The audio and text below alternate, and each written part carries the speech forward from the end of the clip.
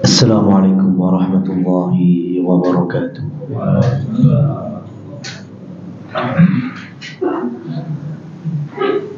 Alhamdulillahi rabbil alamin. Alhamdulillahilladzi arsala rasulahu bil huda wa dinil haqq liyudhhirahu 'alad dini kullihi wa kafaa billahi shahida. Asyhadu an la ilaha illallah wahdahu la syarika lah wa asyhadu anna Muhammadan 'abduhu wa rasuluh. Faqala Allah ta'ala ya ayyuhan nasu ittaqu rabbakum alladzi khalaqakum min nafsin wahidah wa khalaqa minha zawjaha wa batha minhuma rijalan katsiran wa nisaa wattaqullaha alladzi tasaaluna bihi wal arham innallaha kana 'alaikum raqiba. Amma ba'du, kaum muslimin muslimat jamaah rahimani wa rahimakumullah. Segala puji bagi Allah atas nikmat dan karunia-Nya, khususnya nikmat kesempatan dalam ketaatan. Kalau hanya kesempatan saja, maka banyak di luar sana orang-orang yang Allah berikan kesempatan, tapi tidak Allah kehendaki menjadi sebuah ketaatan. Dan di dalam Quran surat An-Nahl, Allah subhanahu wa ta'ala menggambarkan hal itu. Man amila amalan sholiha min dzakarin wa untha wa huwa mu'minun falayuhyiyannahu hayatan thayyibah. Allah subhanahu wa ta'ala menyampaikan barang siapa yang beramal soleh, baik dari kalangan laki-laki maupun wanitanya, wa huwa mu'minun, sedangkan mereka dalam kondisi beriman. Namanya amal baik, ya, banyak bentuknya, tapi dilakukan dalam kondisi iman kepada Allah atau sebaliknya, lain pembedanya. Maka Allah subhanahu wa ta'ala berikan jaminan akan diberikan, dianugerahkan hayatan thayyibah, yaitu kehidupan yang baik. Dan ini doa kita semuanya. Bahkan di Indonesia masyhur dengan sapu jagatnya, yaitu Rabbana atina fid dunya hasanah wa fil akhirati hasanah wa qina adzabannar. Kita mohon kepada Allah subhanahu wa ta'ala kebaikan dari sisi dunia dan juga kebaikan dari sisi akhiratnya. Kaum muslimin muslimat yang dirahmati oleh Allah subhanahu wa ta'ala, hari ini kita akan melanjutkan dari penggalan-penggalan kehidupan Rasulullah Muhammad sallallahu alaihi wasallam, di mana beliau menjadi suri tauladan terbaik bagi kita. Di dalam Quran surat Al-Ahzab, Allah menyebutkan dalam bentuk nakirah. Di ayat 21-nya, ketika Allah memastikan laqad kana lakum fi rasulillahi uswatun hasanah, yang perlu dibunderi besar itu uswatun hasanah. Allah tidak menggunakan lam ta'rif di sana. Bunyi ayatnya bukan laqad kana lakum fi rasulillahil uswatul hasanah, enggak gitu. Bunyi ayatnya laqad kana lakum fi rasulillahi uswatun hasanah, tanpa ada lam ta'rifnya. Dan itu dikaji oleh para ulama. Kenapa bentuknya nakirah bukan ma'rifah? Supaya manusia ini tahu bahwa semua yang ada pada diri Rasul, kalau ma'rifah atau adanya lam ta'rif, itu berarti ada sisi-sisi tertentu saja. Barangkali itu memang kekhususan Nabi, barangkali itu memang hanya dimiliki oleh beliau, ya, contohnya mukjizat-mukjizat itu. Tapi dalam ayat ini Allah memberikan lafaz nakirah secara umum, uswatun hasanah, bukan al-uswatul hasanah. Kata para ahli ilmu, supaya kita tahu bahwa Nabi itu menjadi suri tauladan secara sempurna dalam semua lini kehidupan. Ya. Jadi beliau itu teladan terbaik dari semuanya. Selagi konsepnya adalah manusia. Secara individu, beliau juga individu. Maka personal terbaik adalah personanya Rasulullah SAW. Beliau berumah tangga, menjadi suami, berketurunan, punya putra-putri, menjadi ayah. Bahkan putri-putri beliau sampai menikah sehingga lahir cucu-cucu dan beliau menjadi kakek. Artinya kehidupan kita juga sama dalam hal ini. Maka suami terbaik siapa? Ya Rasul. Bapak terbaik siapa? Ya Rasulullah. Bahkan kakek terbaik siapa? Ya Rasul. Maka ketika beliau kemudian menjadi nabi, memimpin umat, beliau pun juga menjadi teman-teman dan sahabat-sahabat bagi muslimin yang lainnya. Maka figur pemimpin terbaik ya Rasulullah. Sosok teman yang baik ya Rasulullah. Beliau pun nantinya mengambil Utsman bin Affan, Ali bin Abi Thalib jadi apa? Mantu. Beliau jadi mertua. Berarti sosok mertua terbaik ya Rasulullah SAW. Artinya semua lini kehidupan kita ini sudah ada teladan terbaik, dan itu dari beliau SAW.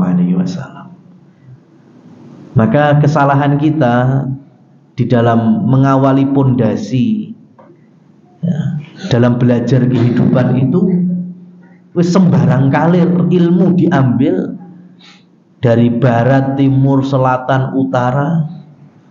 Baru kemudian kalau sudah bingung, sudah numpuk di pikiran, stres, baru terbuka untuk melihat konsep Islam. Baru melihat, oh ternyata seperti ini toh ala Nabi. Sesudah kita kesana kesini, ya ini yang harus kita rubah. Ya, rantai yang seperti ini harus kita putus. Jangan sampai generasi selanjutnya modelnya seperti ini. Jangan. Jadikan pondasi pertama yaitu mengenal sosok Rasulullah SAW dan syariat Allah ini. Asasnya ya seperti itu. Ya, jadi pikiran, otak, mindset, akal itu ya dipenuhi dengan kesempurnaan Islam terlebih dahulu, baru nanti mau berkembang, ya mau belajar dunianya kemana, konsep apa, itu silakan. Kalau kita modelnya kebalik, ya cari dulu dunia versi siapa, baru mentok, nah baru cari Nabi. Ma'asyiral muslimin wal muslimat yang dirahmati oleh Allah Subhanahu wa taala. Hari ini kita akan lanjutkan peristiwa ketika kita mengawali detik-detik adanya perang Bani Nadir. Rasulullah sallallahu alaihi wasallam mendapatkan tipu muslihat atau makar dari Yahudi Bani Nadir di saat beliau ingin mengambil harta diat, bukannya disepakati malah ingin dibunuh. Maka selanjutnya Rasulullah sallallahu alaihi wasallam meminta kepada sahabat yang bernama Muhammad bin Maslamah untuk datang kembali ke kampung Bani Nadir, menyampaikan pesan Rasulullah sallallahu alaihi wasallam bahwa mereka diminta dalam waktu 10 kali 24 jam, berarti 10 hari, untuk meninggalkan Madinah. Diusir oleh Rasulullah SAW. Kalau enggak, maka Rasul akan membuat peperangan bersama mereka.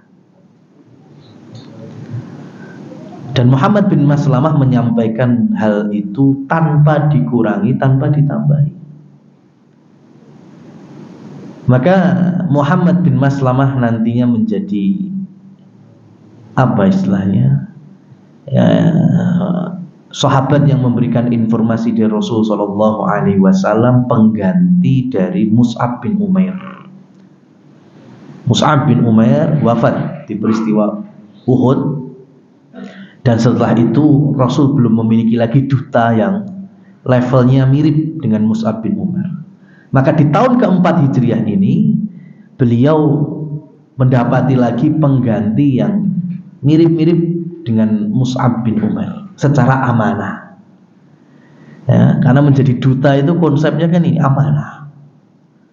Maka ketika Rasulullah SAW memberikan amanah, sampaikan pesan, maka pesan itu disampaikan, tidak ditambahi dan tidak dikurangi. Dan Muhammad bin Maslamah Allah berikan usia yang cukup panjang. Nanti di zamannya Umar bin Khattab itu diamanai menjadi BPK, ya, Badan Pengawas Keuangan. Nah, ini cocok memang, karena amanahnya dari zaman Rasulullah SAW. Maka nggak boleh keluar kemana-mana, wajib tinggal di Madinah nemeni Umar bin Khattab.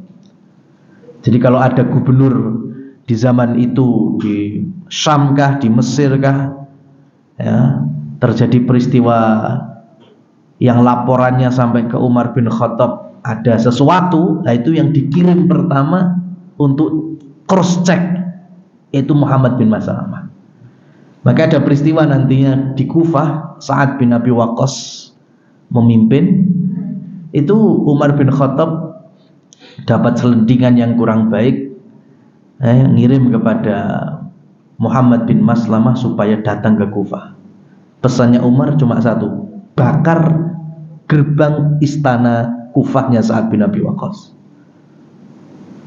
Maka Muhammad bin Maslamah ini teman dekat semuanya, hidup di zaman Rasulullah SAW. Datang ke Kufah, ya, belum ketemu Sa'ad, belum nyapa, belum ngobrol. Pertama kali datang bakar gerbang istananya. Maka ajudan-ajudannya Sa'ad, ya, lapor, ya, gerbang istanamu dibakar. Ya, katanya ada utusan dari Madinah. Siapa namanya? Muhammad bin Maslamah. Sudah, nggak apa-apa, biar, ya, itu mesti kiriman Amirul Mukminin itu. Ya, jadi Sa'ad pun juga nggak langsung, ya, bingung gitu. Wah, ini mesti ada sesuatu ini. Ya. Nah, ini contoh ukhuwah tingkat tinggi sahabat. Antum tiru mesti perang kalau antum. Ya, maka jangan tiru dulu. Ini ukhuwah tingkat tinggi sahabat. Sa'ad bin Abi Waqqas tahu, ini kalau sampai Muhammad bin Maslamah melakukan seperti ini, pasti dia sesuai dengan pesannya Amirul Mukminin. Ya.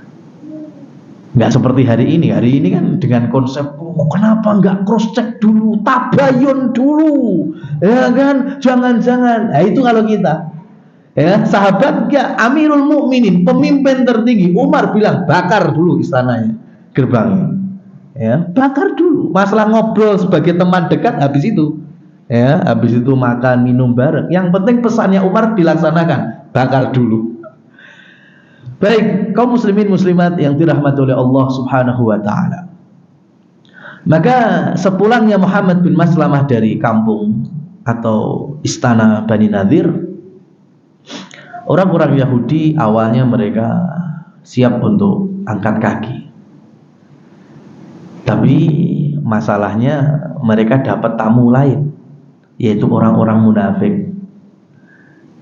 diketuai langsung oleh Abdullah bin Ubay bin Salul. Janganlah kalian pergi.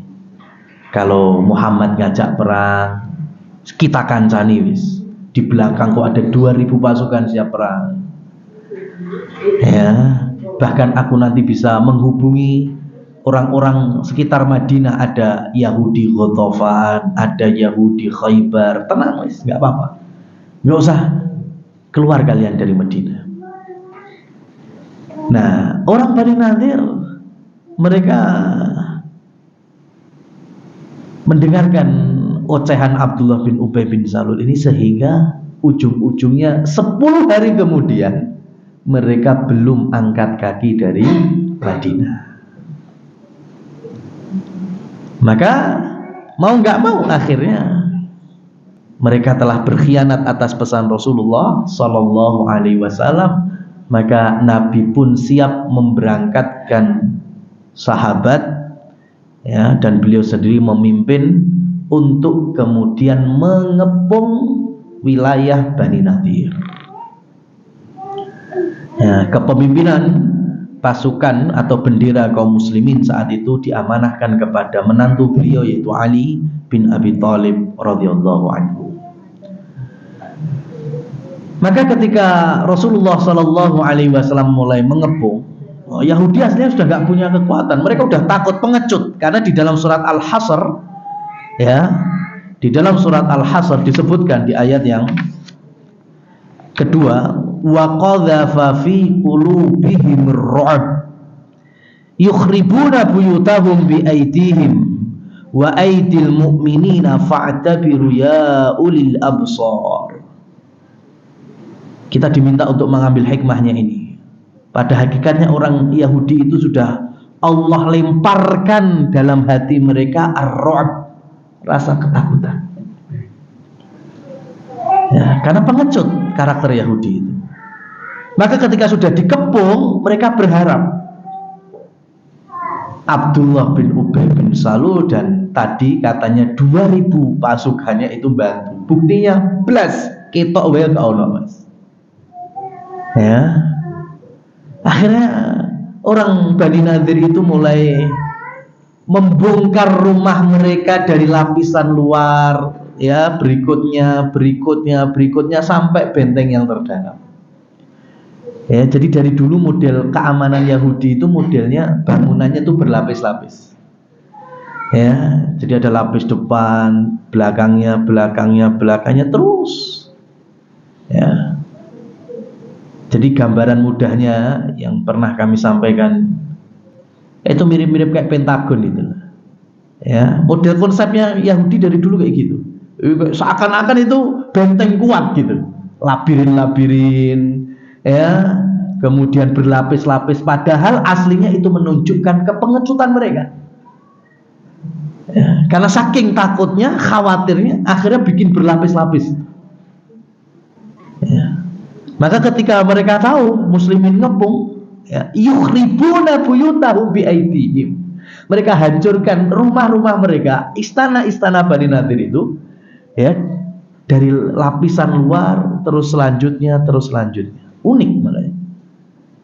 Kalau perang, ya, ada dua kubu, antar kubu nyerang sampai menghancurkan bangunan atau menghancurkan aset lawan, itu wajar. Ini enggak, muslimin memerangi Yahudi, tapi Yahudi sendiri yang menghancurkan rumah-rumah mereka. Aneh toh, Mas.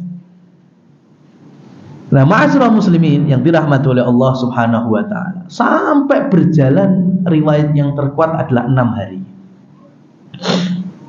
Ya, ada mengatakan sampai 15 hari. 6 hari ini Rasulullah Shallallahu Alaihi Wasallam dan para sahabat ada kesusahan untuk memberikan perlawanan, karena Bani Nadir dari atas benteng mereka itu cuma manah-manahin aja kaum muslimin.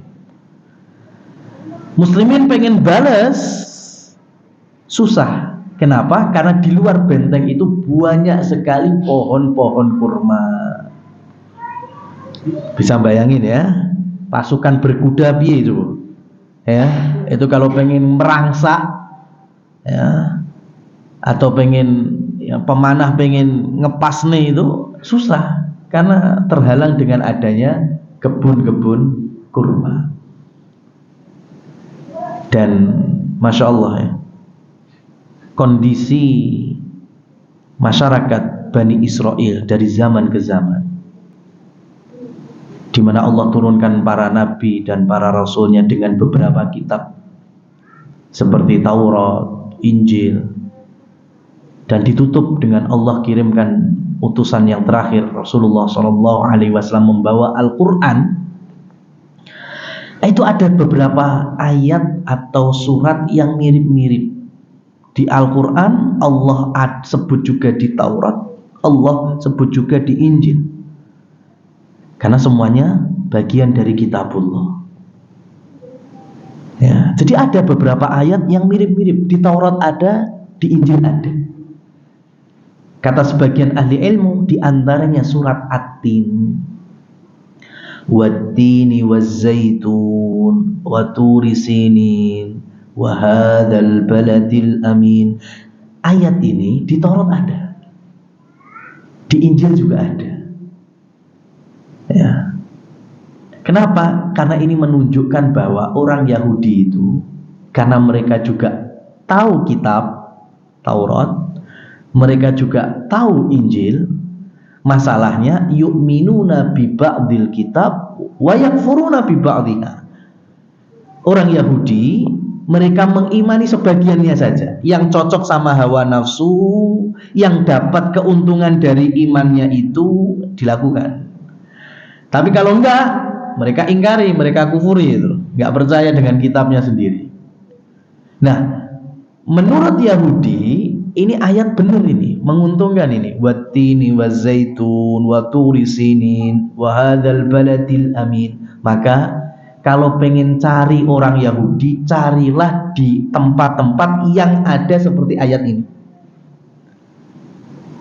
Wattini wazaitun, Allah sedang menceritakan, ya, Allah bersumpah demi buah tin, demi buah zaitun. Antum cari negara yang di situ banyak buah tin dan zaitun, mesti ono Yahudinya. Karena Yahudi mengejar itu, keuntungan perkebunan zaitun, keuntungan perkebunan tin. Coba paling banyak buah zaitun dan tin di mana? Di Syam. Maka Yahudi banyak di Syam. Waturi sinin, dan bukit Tursina. Di zaman siapa ini? Nabi Musa alaihissalam. Dan Bani Israel berangkat dari sana. Ya, daerah Mesir sekitarnya banyak Yahudi. Dan yang terakhir, wahadzal baladil amin, dan negeri yang aman ini. Yang dimaksud mana? Mekah, Madinah. Tapi zaman itu belum namanya Mekah, Madinah, namanya Hijaz. Dan orang Yahudi tahu ini ayat berkat doanya Nabi Ibrahim. Ya, Nabi Ibrahim mohon kepada Allah, ya, supaya menjadikan wilayah yang beliau tinggalkan, istri dan Ismail itu, menjadi wilayah yang Allah berkahi, Allah berikan buah-buahan. Ya, maka wahadzal baladil amin, mereka faham itu daerah Hijaz yang hari ini Mekah dan Madinah. Ya, sehingga di Mekah sebagian Yahudi nangkring itu di mana? Di Taif. Dan di Madinah mereka juga nangkring di sana, di Madinah sampai wilayah Khaybar nyebar. Karena mereka tahu itu ayatnya. Ya, demikian. Bahkan mereka juga tahu Nabi akhir, ya, penutup kerisalahan itu nantinya akan tinggal di wilayah wahadzal baladil amin. Salah satu karakternya yang banyak pohon kurmanya. Makanya Mekah yang banyak buahnya, ya, Taif. Dan salah satunya yang banyak pohon kurmanya lagi, Madinah. Makanya ada di situ. Ya, itu orang Yahudi. Maka kaum muslimin yang dirahmati oleh Allah Subhanahu wa taala, mosok kita kalah sama Yahudi dalam hal ini, ya, mengimani ayat ini. Menurut Imam Az-Zuhri rahimahullah, sebelum Rasulullah hijrah ke Madinah, Nabi itu sudah menawarkan Islam, ya, dakwah tauhid itu ke 15 suku dan kabilah Mekah sekitarnya. Ya, jadi sebelum Allah takdirkan Darul Hijrah, lokasi hijrahnya Nabi adalah Madinah, karena Mekah sudah nggak kondusif lagi untuk menjadi basis Islam, yang ada tokoh-tokoh musyrikin tambah dolimi, tambah melecehkan, bahkan sudah menelan korban para sahabat yang syahid dari kalangan fuqara, ya, dari kalangan budaknya. Maka Rasul Shallallahu Alaihi Wasallam keluar dari pusat Mekah, keliling 15 suku, 15 kabilah, keluar masuk, ditawarkan, mau nggak di sini jadi basis Islam, mau nggak ya suku kalian menerima Islam, menjadi tempat Rasul Shallallahu Alaihi Wasallam berpusat dakwahnya di situ. Yang ada nolak semuanya. Ya, kisah yang paling masyhur cuma satu, mana itu? Taif. Ya, karena itu memang kisah terbesarnya. Rasul datang jalan 80 sekian kilometer dari Mekah menuju pegunungan Taif, bukannya diterima dakwahnya, malah dibalangi, dikeprui, betis beliau berdarah-darah. Tapi itu bukan satu-satunya, masih ada 14 lagi wilayah seperti itu. Nolak dakwah Rasul Shallallahu Alaihi Wasallam, nggak mau dijadikan basis. Karena Islam itu tetap ya dakwahnya itu butuh basis, butuh wadah, butuh tempat. Nggak bisa seperti urusan dunia. Dengan adanya kecanggihan teknologi hari ini, modernisasi, alasannya wah sekarang itu sudah ya nggak butuh kantor ya, kita cukup dengan mobile office saja ya. Itu urusan dunia. Urusan agama nggak bisa ya. Antum sholat bisa mobile office, Jumatan mobile office bisa. Harus ada masjid kita Jumat, berarti ada basis, ada tempat ya, kajian ya.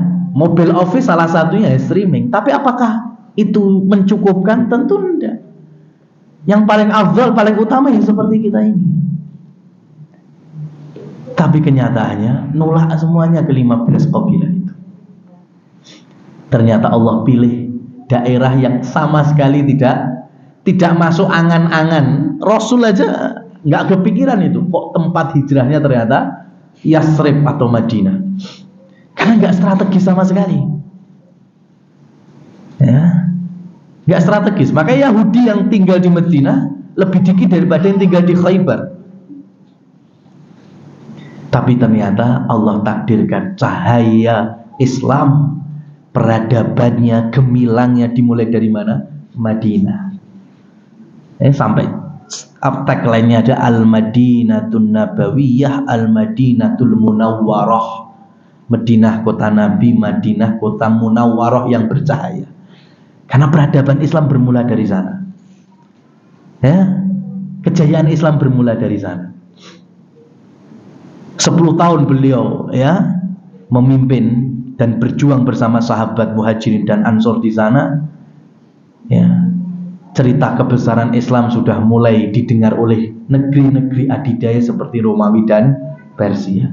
Kira-kira mendengar hal ini 15 suku sebelumnya itu gimana? Getun namanya nyesel itu ya, ngerti yang ngono ya, coro dewe gitu, ngerti yang ngono biyen tak tompo. Kenapa? Karena sampai hari ini tuh Madinah mendapatkan doa keberkahan dari Rasul Shallallahu Alaihi Wasallam ya. Taif menyesal, yang lainnya menyesal. Makanya tahun 8 Hijriah ketika Rasul menaklukkan Mekah, mereka semuanya berbondong-bondong masuk Islam. Idza jaa nasrullahi wal fath wa ra'aitan nasa yadkhuluna fi dinillahi afwaja. Saksikan hai Muhammad ketika orang-orang itu berbondong-bondong masuk Islam. Siapa? Ya mereka itu Taif dan 15 suku yang dulunya nolak. Nyesel ya, karena terlambat mendapatkan hidayah Allah Subhanahu wa ta'ala. Pelajarannya apa? Pelajarannya model seperti ini terkadang ada pada kita, lingkungan kita, kampung kita. Ya, Allah berikan kemudahan dakwah masuk, ditolak. Dai masuk, ya, para asatidzah masuk, menyebarkan Islam, tauhid, sunnah Nabi, ditolak. Ya, dihalang-halangi. Kampung satu pindah kampung dua, pindah kampung berikutnya, B, C, D, E. Yang ada penolakan demi penolakan. Tapi siapa sangka Allah kemudian daerah di malah sing duwe malah sing akeh kebon alase. Di situ diterima. Di situ kemudian masyarakatnya bisa lebih terbuka, bahkan kemudian mewakafkan sebagian tanahnya, dibangunlah masjid, ya, kemudian dibangun semua sarana prasarana, berkembanglah dakwah dari hari ke hari. Siapa sangka ketemu 5 tahun, 10 tahun, muncar dakwah di situ. Ya, bukan hanya masalah agama, dunianya juga katut barokah. Kira-kira kampung-kampung yang dulu yang nolak piye itu? Nyesel Mas, ngerti yang ngono. Biar nang kene wae. Dan itu terjadi. Ya, tapi memang penyesalan di akhir. Rasul sallallahu alaihi wasallam mendapatkan pengalaman seperti itu dulu.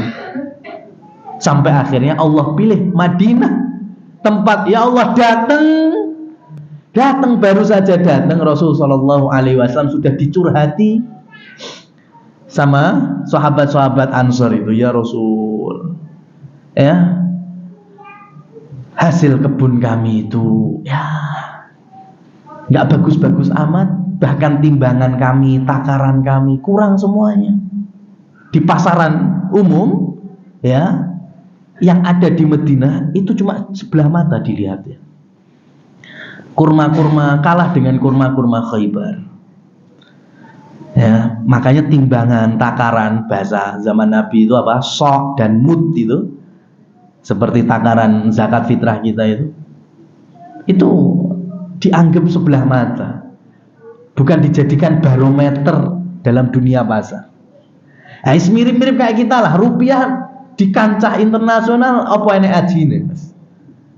Ya, beda dengan kurs yang lain seperti US dollar ya, ataupun mata-mata uang yang besar-besar seperti pound sterling, euro. Rupiah nggak aneh aja. Lah mirip seperti itu. Nabi datang ke Madinah, ekonomi Madinah itu nggak ada stabil-stabilnya. Sahabat yang kaya itu bisa dihitung pakai jari, yang lainnya pas-pasan. Maka awal kali yang Rasul dengar dari solusinya, dari masalah ini, Rasul keluarkan solusi apa? Doa. Dan doa yang masyhur ada di dalam Bukhari dan Muslim yaitu Allahumma barik lana fi muddina wa barik lana fi sa'ina wa barik lana fi tamrina. Ya Allah, berkahi, turunkanlah barokah pada timbangan kami. Madinah. Ya Allah, berikan barokah untuk takaran kami. Ya Allah, anugerahkan keberkahan pada buah-buahan kami. Berarti konsepnya Nabi di sini, dari masalah kekurangan kita apa solusinya? Mohon doa kepada Allah barokah. Tuh, kunci kurang itu doa barokah. Karena skema konsepnya barokah itu titik cukup, banyak tidak melahirkan maldorot. Itu barokah, Mas. Ya, kalaupun sedikit Allah bakal cukupkan. Kalaupun banyak, Allah tidak akan lahirkan maldorot bagi kita. Jadi nggak benar kalau barokah ikut wakeh, nggak benar. Karena banyak orang yang Allah berikan kelapangan, ya, banyak dari sisi dunia, tapi bukan mendekatkan diri kepada Allah pemiliknya, malah iso luweh adoh dari Allah, dari agama. Apa ini barokah? Enggak. Maka barokah itu gitu. Dan itu yang Rasul sallallahu alaihi wasallam awal kali jadikan konsep perbaikan. Yasrib, namanya awalnya Yasrib. Ya Allah, Yasrib itu kan dalam Quran surat Yusuf apa? Ceritanya Nabi Yusuf ketika 11 saudaranya mohon maaf dari kesalahan pernah menjauhkan Nabi Yusuf dengan Nabi Yakub. Apa kata Nabi Yusuf? La tathriba alaikumul yaum. Sudah, kalian hari ini nggak punya dosa, nggak punya salah, tak maafin sudah. Itu kata Yasrib berarti arti asalnya apa? Dosa dan salah. Kok yo enek no? Kampung, wilayah namanya dosa dan salah. Ya, makanya nggak ada barokah-barokahnya. Maka Rasul sallallahu alaihi wasallam merubah nama Yasrib menjadi nama Thayyibah. Dalam riwayat yang lain Tobah. Ya. Madinah itu kan sandaran dari kota yang di situ ada Nabi, maka sebutannya Madinah An-Nabawiyah. Karena Madinah secara bahasa artinya kota. Maka hari ini kalau orang Indonesia nyebut kota Madinah, itu artinya ya kota-kota. Jadi, Madinah itu nama aslinya di Rasul Shallallahu Alaihi Wasallam Thayyibah atau Tobah. Makanya kan sekitar Masjid Nabawi itu kan hotel-hotel ada namanya Thayyibah, ada Tobah. Karena itu nama langsung dari Rasul Shallallahu Alaihi Wasallam. Rasul rubah namanya dan semua yang ada di dalamnya. Jadi perbaikan Rasul itu nggak cuma kulit, ya, cuma ganti nama, no. Padahal kontennya podo, ya, isinya podo, nggak ada berubah-berubah. Nah kita kan seringnya kayak gitu, ya, adakan perubahan, tapi mau kulit tok, isinya saya pancet panggah, weh.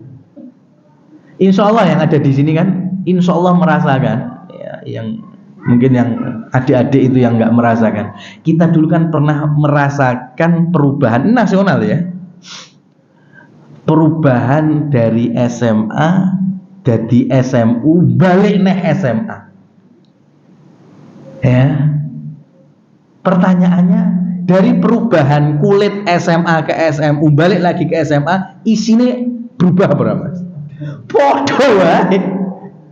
Cuma masalahnya ganti plang itu duit, ganti kop surat itu duit, ganti buku kurikulum juga duit. Berarti apa? Proyek. Ngubahnya cuma kulit tok, Mas. Isinya panggah wae. Konsepnya Rasul Shallallahu Alaihi Wasallam enggak. Ya, beliau itu ini daerah kok Yasrib, nah jenengnya elek, rubah jadi Thayyibah. Ya, bukan hanya namanya tok, tapi isinya. Contohnya tadi, buahnya buruk, hasilnya timbangannya buruk, didoakan. Ya, dan hasilnya masya Allah. Madinah dari zaman Rasul. Antum Madinah gambaran itu, ya, menurut para ahli sejarah, sirah Nabi, Madinah di zaman Rasul, ya, zaman Rasul itu bukan seperti Madinah zaman sekarang. Ya, jadi kalau Masjid Nabawi hari ini itu ada pintu dalam, ada gerbang pintu luar.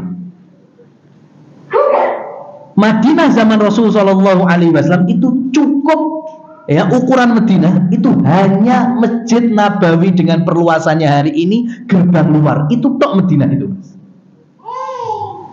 Bisa nggambarin, ya? Nanti coba di googling itu luasnya Masjid Nabawi dari pintu gerbang luar, ya itu Madinah zaman Nabi mongkui.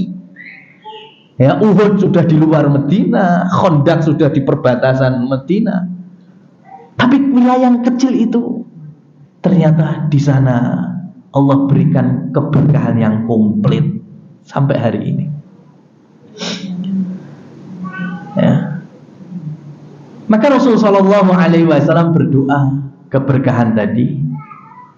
Hasilnya masya Allah. Dari dulu di Madinah itu ada 20 lebih jenis kurma dari zaman Nabi. Ya, ini saya ingin meluruskan sedikit ini, ya. Dari zaman Nabi itu sudah ada 20 jenis kurma Madinah. Saya sebutkan sebagiannya, saya nggak hafal semuanya, ya. Madinah itu sudah ada kurma mubrong, ada sofari, ada sofawi, ada ambar, ya, kemudian ada ajwa, al-awali, ada al-aliyah, ya, kemudian ada majdul, ya. Ini semuanya Madinah, ya.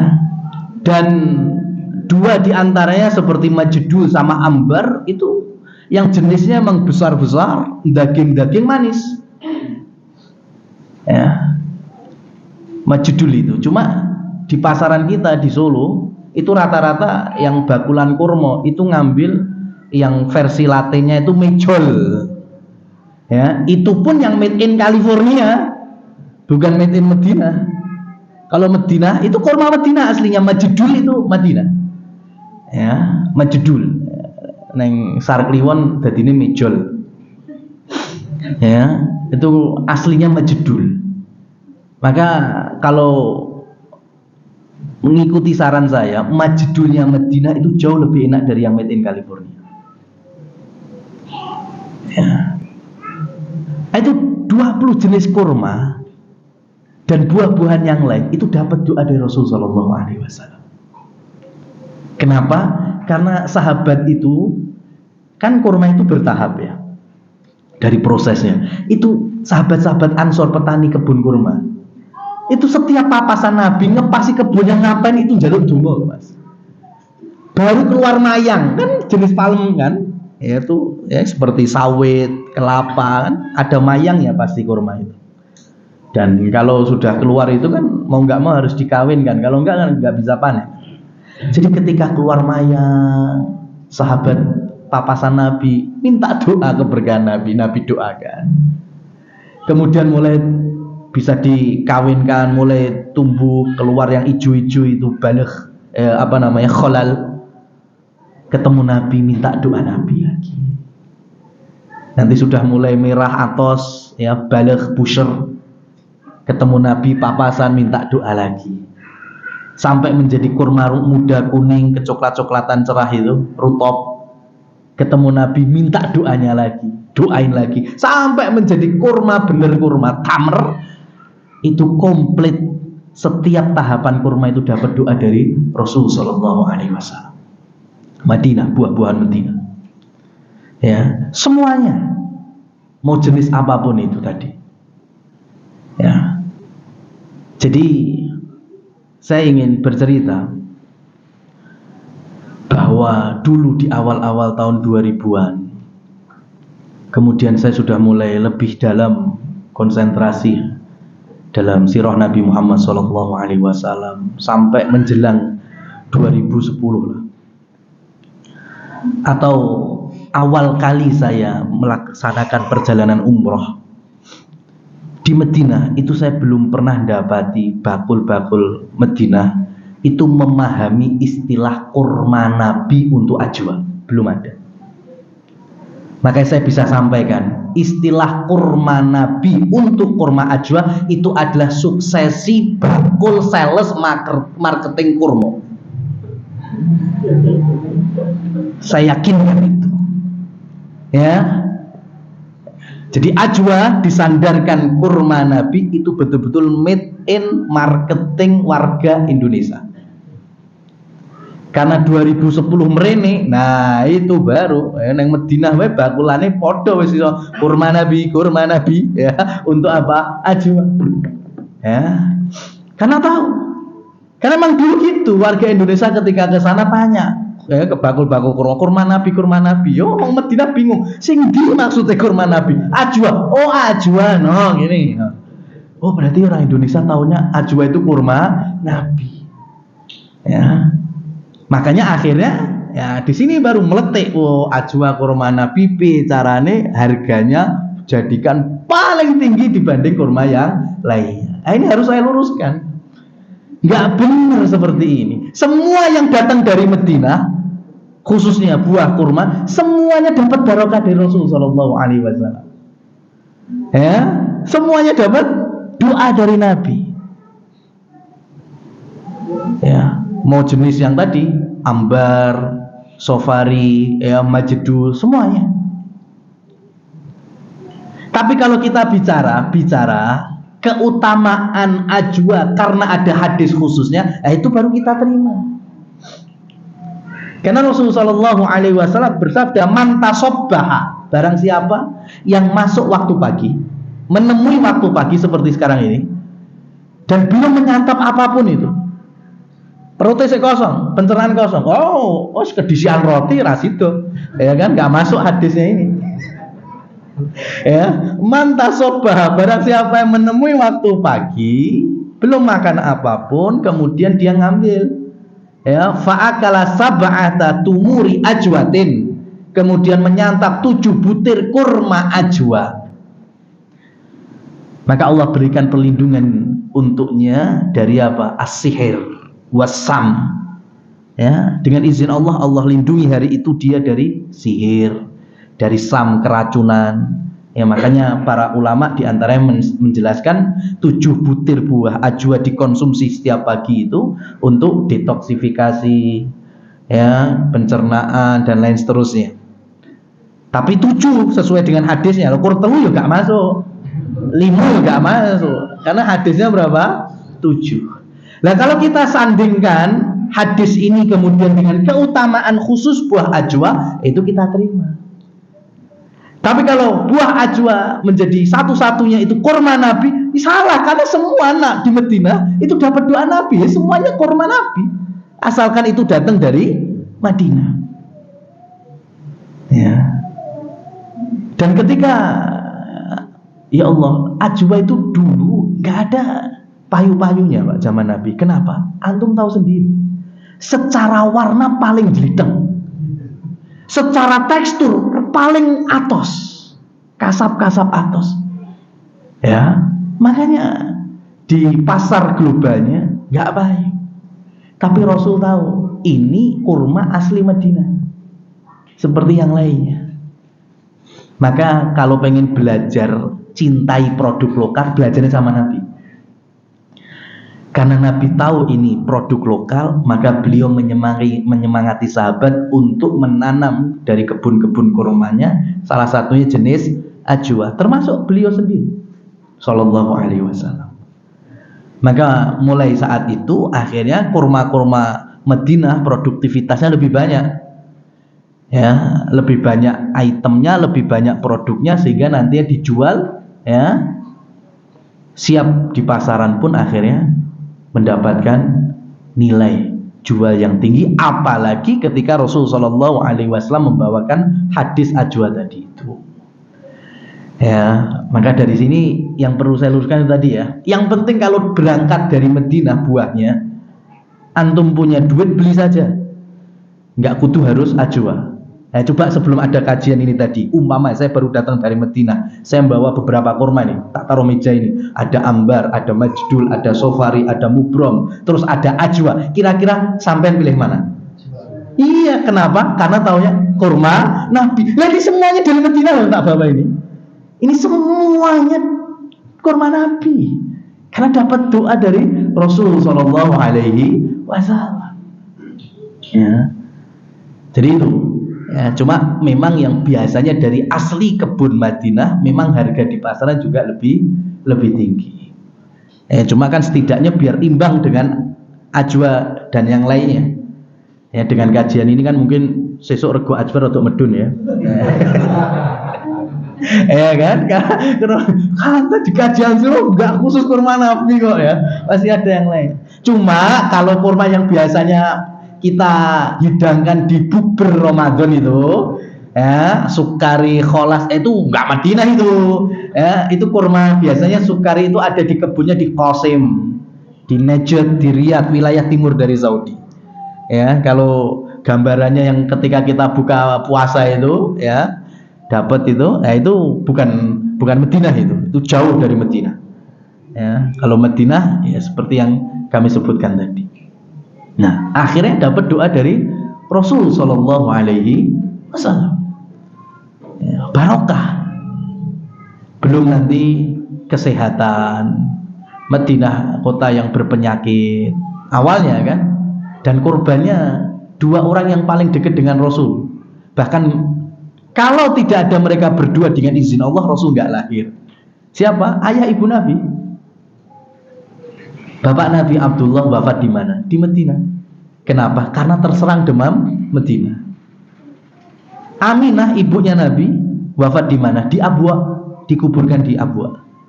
Setelah ngapain? Ziarah ke makamnya Abdullah di mana? Di Madinah. Keserang penyakit di Madinah. Ya. Daerah yang ekonomi nggak stabil, ya, kemudian kesehatan juga nggak stabil. Rasul doakan lagi, Allahumma sahihha, ya, Allahumma inna nas'aluka khaira hadhil bildah wa khaira ahlaha wa khaira ma fiha. Kemudian Rasul ujung-ujungnya minta wangkil maradhaha, pindahkan penyakitnya ini ilal Juhfah, ke wilayah Juhfah. Hari itu Juhfah itu kampung Yahudi juga, ya, orang-orang kafir Yahudi. Mulai hari itu Madinah berangsur-angsur sehat. Barokah. Solusinya doa lagi. Sampai urusan agama. Madinah bukan seperti orang-orang masyarakat Syam, Romawi yang ada kitab ahli kitab. Madinah itu nggak tahu umat terdahulu, nggak tahu kisah-kisah nabi-nabi pendahulu. Makanya karena wilayah yang nggak tahu agama, akhirnya basis agamanya, landasannya isu. Dagang ke Syam, dapat, Syam tuh ya beragama seperti ini, Romawi Nasoro seperti ini, diambil, dipakai di Madinah. Dagang ke Yaman, Yaman agamanya seperti ini, keyakinan seperti ini, dibawa pulang ke Madinah. Ke Persia, ternyata Majusi seperti ini, bawa ke Madinah. Makanya Madinah di awal kedatangan Rasul itu banyak sekali perayaan-perayaan. Kenapa? Karena berbasis isu agamanya tadi. Gue semua gedok tular gua adu-gadu. Ya, itu Madinah di awal kalinya. Ya, jadi kalau hari ini kita bisa gambarkan beragama dengan basis apa? Broadcast. Ya, ini ada kan di HP-HP kita itu. Kadang di grup itu, wah kayaknya bagus ini. Padahal kita belum tahu ini bener apa salah. Kalau ternyata kita punya keinginan, tak tanya dulu lah kepada ahlinya atau kepada orang yang berilmu, itu masih mending. Atau sembuh ki bener apa salah dihapus weh, itu mending. Tapi kebanyakan nggak seperti itu, ya, karena di bawahnya ada tambahan, jangan berhenti di tangan Anda, sebarkan jika ingin beruntung. Nah, akhirnya disebarkan, padahal kita tahu benar atau salah enggak. Itu kalau urusan agama ya kayak gitu. Agama berbasis isu kayak gitu. Broadcast. Ya, makanya ujung-ujungnya bukan bawa maslahat, tapi menambah lagi banyak kerusakan dalam beragama. Maka Rasulullah SAW datang membawa maslahat itu tadi. Satu yang beliau dakwahkan yaitu tauhid. Meskipun di dalamnya ada Yahudi tadi yang mereka terus menerus memusuhi Rasul Sallallahu Alaihi Wasallam sampai akhirnya ketika Rasul mendapatkan kesusah payahan kebun-kebun kurma itu, Nabi minta kepada sahabat supaya menebang sebagiannya. Untuk apa? Untuk memperlancar jalannya panah-panahannya, ya, pasukan. Dan ini satu-satunya perang yang Rasul Shallallahu Alaihi Wasallam mengizinkan menebang pohon. Di luar itu nggak ada. Kaum muslimin yang merusak tanduran itu nggak ada. Hanya ini. Itu pun Allah telah menyetujui. Tapi melihat ini Yahudi Bani Nadir, mereka teriak-teriak, cari perangnya itu ada adab, ya, nggak boleh ngerusak. Ini buktinya nebang, gitu. Ya, ini kaidah terakhir dari kajian kita. Jadi setiap kebenaran, innalikulli haqqin jahidan. Ini nggak bisa dikomplain, no debat ini. Ya, innalikulli haqqin jahidan. Setiap kebenaran pasti ada musuhnya, itu pasti. Ya, ini rumus. Kebenaran itu pasti ada musuhnya. Rasul, ya, ketika melakukan kebenaran menebang pohon atas izin Allah pun, itu versi musuhnya tetap dianggap salah. Ya, digoreng. Padahal maslahatnya tadi untuk apa? Kebun kurmanya tadi kok ditebang supaya kuda-kuda bisa lewat, panah-panah bisa lewat. Tapi versi musuhnya nyalah-nyalahkan Islam, nggak beradab, nggak pakai aturan. Padahal aslinya apa? Aslinya apa? Mereka takut melarat, itu kan kebun kurma mereka, itu aset mereka, ya, itu dunia mereka. Lah kok dibabati? Duit itu padahal. Ya, cuma modusnya nggak gitu, nggak mau ngaku. Loh, itu kan duit kami, itu kan aset kami. Ya, nyalahkannya siapa? Islamnya. Oh, katanya beradab, nggak boleh nebang pohon gitu. Maka dalam dunia kita membawa agama ini, baik pribadi bahkan lingkungan, sama. Kebenaran itu pasti ada musuhnya. Maka oleh karena itu kita tidak boleh berhenti dan berputus asa, berdoa kepada Allah, mohon kekokohan, ya, istiqomah dan kemudahan di dalam menjalankan agama ini. Wallahu a'lam bishawab. Kita lanjutkan di pertemuan selanjutnya. Fasubhanakallahumma wa bihamdika asyhadu an la ilaha illa anta astaghfiruka wa atubu ilaik. Billahi taufiq wal hidayah. Wassalamualaikum warahmatullahi wabarakatuh.